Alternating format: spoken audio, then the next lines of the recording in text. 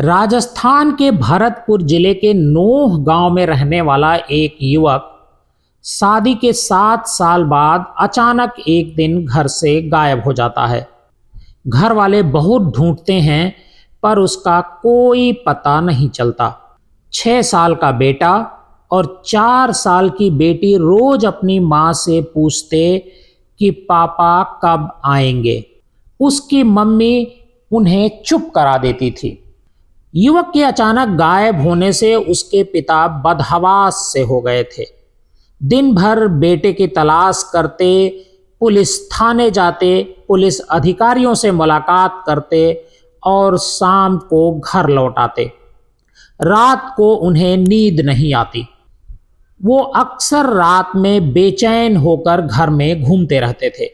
एक रात वह इसी तरह बेचैनी में रात को घर में घूम रहे थे जब लापता बेटे के पत्नी के कमरे की लाइट उन्होंने जलती हुई देखी।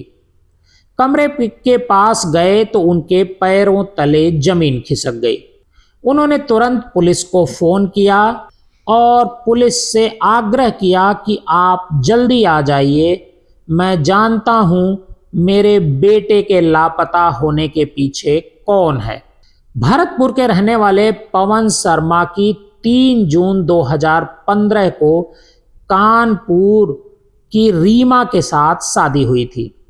पवन सामान्य परिवार से था। उसकी 2 बहनें थीं। पिता हरिप्रसाद शर्मा किसान हैं। पवन दिल्ली में काम करता था। 4 साल तक पवन दिल्ली में और रीवा गांव में रही। साल 2019 में पवन रीमा को भी अपने साथ दिल्ली ले गया। 2021 में पवन ने दिल्ली का काम छोड़ दिया और रीमा के साथ वापस भरतपुर आ गया। इसी बीच 29 मई 2022 की रात पवन घर से गायब हो गया। 30 मई की सुबह पवन कहीं नहीं दिखा तो घर वालों ने रीमा से पूछा। रीमा को भी इसके बारे में कुछ नहीं पता था। पहले तो सभी ने यही सोचा कि यहीं कहीं गया होगा, आ जाएगा। लेकिन जब शाम को भी नहीं लौटा और उसका फोन बंद मिला तब घर वालों को चिंता हुई। घर वालों ने चिकसाना पुलिस स्टेशन में गुमशुदगी की रिपोर्ट दर्ज कराई। पुलिस ने रिपोर्ट दर्ज की तो पड़ताल में सामने आया कि पवन के मोबाइल फोन की लास्ट लोकेशन उसके घर की थी। ऐसे में पुलिस उसकी पत्नी रीमा से पूछताछ करना चाहती थी। हालांकि इसके लिए पवन के घर वालों ने मना कर दिया और कहा कि पवन खुद ही कहीं चला गया है। रीमा से कोई पूछताछ नहीं होगी। उन्हें अपनी बहू पर पूरा विश्वास है। पुलिस ने भी इसे पारिवारिक नाराजगी में मामूली गुमशुदगी समझ लिया। इस बीच धीरे धीरे 5 महीने बीत गए। रीमा ने इस बीच करवा चौथ का व्रत भी रखा। 16 अक्टूबर की रात पवन के पिता हरिप्रसाद लापता बेटे की चिंता में परेशान टहल रहे थे। उन्होंने रीमा के कमरे की लाइट जलती हुई देखी। कमरे से आवाज भी आ रही थी। कमरे के पास गए तो जो देखा वो किसी बुरे सपने से भी बुरा था। जिस बहू पर उन्हें हद से ज्यादा विश्वास था वह उन्हीं के पड़ोस में रहने वाले भागेंद्र नाम के युवक के साथ आपत्तिजनक हालत में थी। हरिप्रसाद ने कमरे की कुंडी बाहर से लगा दी। उन्होंने पुलिस को फोन किया और भागेंद्र के परिवार को भी बुलाया जो पड़ोस में ही रहते हैं। पुलिस के आने से पहले ही भागेंद्र का परिवार वहां पहुंच गया और झगड़ा करके भागेंद्र को छुड़ा ले गए। भागेंद्र ने हरिप्रसाद को धमकी दी, जैसे तेरे बेटे को मारा है वैसे ही तुझे मार दूंगा, रीमा और मेरे बीच मत आना। भागेंद्र की धमकी ने हरिप्रसाद को यकीन दिला दिया कि हो न हो उनके बेटे पवन के गायब होने के पीछे भागेंद्र और रीमा का ही हाथ है। उन्होंने पुलिस को भी अपना संदेह बताया। हालांकि पुलिस दोनों के अवैध संबंध को पवन की गुमशुदगी के पीछे की वजह मानने को तैयार नहीं थी। इधर इस बवाल के बाद भागेंद्र दिल्ली चला गया और रीमा 28 अक्टूबर को कानपुर में अपने मायके चली गई। इधर जब इस बात की जानकारी पवन की बहन को लगी तो वह 30 अक्टूबर को गांव आ गई। यहाँ उसने पवन और रीमा के कमरे की तलाशी ली तो उसे अंदर दबा के रखी गई एक रजाई में खून लगा हुआ मिला। यह देखते ही उसे और घर वालों को पवन के साथ किसी बड़ी अनहोनी का शक हो गया। उन्होंने फिर तुरंत पुलिस को बुलाया और खून से सनी रजाई दिखाई। पुलिस के सामने अब सबसे बड़ा सबूत आ चुका था। पुलिस ने तुरंत रीमा को कानपुर से और भागेंद्र को दिल्ली से पूछताछ के लिए थाने बुला लिया। चिकसाना पुलिस ने 20 नवंबर को दोनों से करीब 6 घंटे तक पूछताछ की। साथ ही रीमा कई घंटे तक पुलिस को गुमराह करने की कोशिश करती रही। दूसरी तरफ भागेंद्र भी पुलिस को अपनी बातों में घुमाता रहा।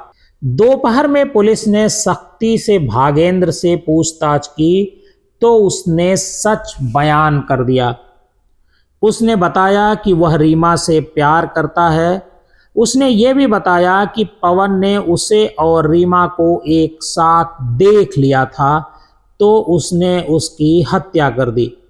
पवन के मर्डर में उसका दीप नाम का एक दोस्त भी साथ में था। भागेंद्र के कबूलनामे के बाद रीमा भी टूट गई और उसने भी पुलिस को सब कुछ सच बता दिया। रीमा ने पुलिस को बताया कि साल 2019 में पवन उसे अपने साथ दिल्ली ले गया था। दिल्ली में पवन के गांव का भागेंद्र भी रहता था। शादीशुदा भागेंद्र लोन दिलाने का काम करता था।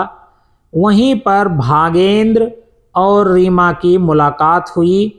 धीरे धीरे मुलाकात नज़दीकियों में बदल गई। पवन काम पर जाता तो वो भागेंद्र को घर बुला लेती। दोनों साथ में घूमते। भागेंद्र उसे गिफ्ट भी लाकर देता था। इस दौरान दोनों के बीच कई बार संबंध बने। साल 2021 में पवन ने दिल्ली का काम छोड़ दिया और रीमा के साथ भरतपुर वापस आ गया। भरतपुर आने के बाद रीमा और भागेंद्र का आपस में मिलना बंद हो गया था। मिलना बंद हो गया तो रीमा और भागेंद्र ने खतरनाक साजिश रची। रीमा हर रात अपने पति पवन और पूरे परिवार को खाने, दूध, चाय में नींद की गोलियां मिलाकर देने लगी। जब सब बेहोश हो जाते तो वह भागेंद्र को फोन कर देती। बेहोश पवन की मौजूदगी में दोनों उसी कमरे में मिलते थे। इस बीच 29 मई को भागेंद्र और उसका दोस्त दीप दिल्ली में शराब पार्टी कर रहे थे। उसी दौरान भागेंद्र को भरतपुर से रीमा का मैसेज मिला।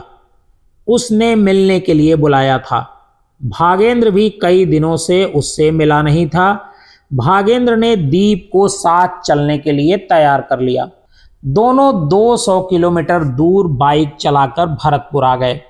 भागेंद्र रीमा के घर में चला गया और दीप को कुछ देर बाहर रुकने के लिए बोला। भागेंद्र घर में घुसा तो सब लोग नींद की गोलियों के कारण बेहोश थे। वो सीधा रीमा के कमरे में चला गया। पवन बेहोश था। उसी समय कमरे में रीमा और भागेंद्र ने संबंध बनाए। इसी बीच पवन की बेहोशी टूट गई। पत्नी को भागेंद्र के साथ आपत्तिजनक हालत में देखकर वह आग बबूला हो गया। गुस्से में उसने भागेंद्र को पकड़ लिया। रीमा ने पवन के पैर पकड़े तो उसने उसे धक्का देकर दूर गिरा दिया। भागेंद्र पवन का गला दबाने लगा और दीप को भी अंदर बुला लिया। तीनों ने मिलकर पवन का गला घोंटकर उसे मार डाला। हत्या के बाद भागेंद्र और रीमा ने लाश को चादर में लपेटकर रस्सी से बांध दिया। इसके बाद लाश बोरी में डाल दी। भागेंद्र और रीमा ने कमरे में बिखरा खून साफ किया। इसके बाद भागेंद्र और दीप बाइक पर शव रखकर उसे गांव से 2 किलोमीटर दूर सुनसान जंगल में नहर के पास ले गए। वहां उन्होंने बोरे में लाश के साथ 15 किलो का पत्थर बांधकर नहर में डाल दिया ताकि लाश पानी के ऊपर ना आ पाए। दोनों रात करीब 2:30 बजे बाइक पर ही दिल्ली के लिए रवाना हो गए। सुबह 8 बजे दोनों दिल्ली पहुंचे। दोनों से पूछताछ के बाद पुलिस जेसीबी और ट्रैक्टर लेकर नहर के पास शव निकालने पहुंची। भागेंद्र ने उन्हें बताया कि शव कहां पर फेंका गया है। उनकी निशानदेही पर बोरा निकाला गया। बोरे को खोल कर देखा तो उसमें सिर्फ 17 हड्डियां मिली। 6 महीने में मछलियां और कछुए शव को पूरी तरह खा गए थे। बोरे में पवन की शर्ट और पर्स के साथ कुछ और दस्तावेज मिले। चिकसाना पुलिस स्टेशन के पुलिस अधिकारी ने बताया कि पुलिस ने खुलासे के बाद ही मर्डर में शामिल पत्नी रीमा, उसके बॉयफ्रेंड भागेंद्र और उसके दोस्त दीप को गिरफ्तार कर लिया था। इसके बाद तीनों को जेल भेज दिया गया। फिलहाल यह मामला कोर्ट में चल रहा है। आपको अपराध की ये कहानी हमारी कैसी लगी, हमें कमेंट बॉक्स में ज़रूर बताइएगा। अगर आपको हमारी ये कहानी अच्छी लगी हो तो हमारे इस चैनल को सब्सक्राइब जरूर करिएगा और कहानी सुनने के बाद एक लाइक तो बनता ही है।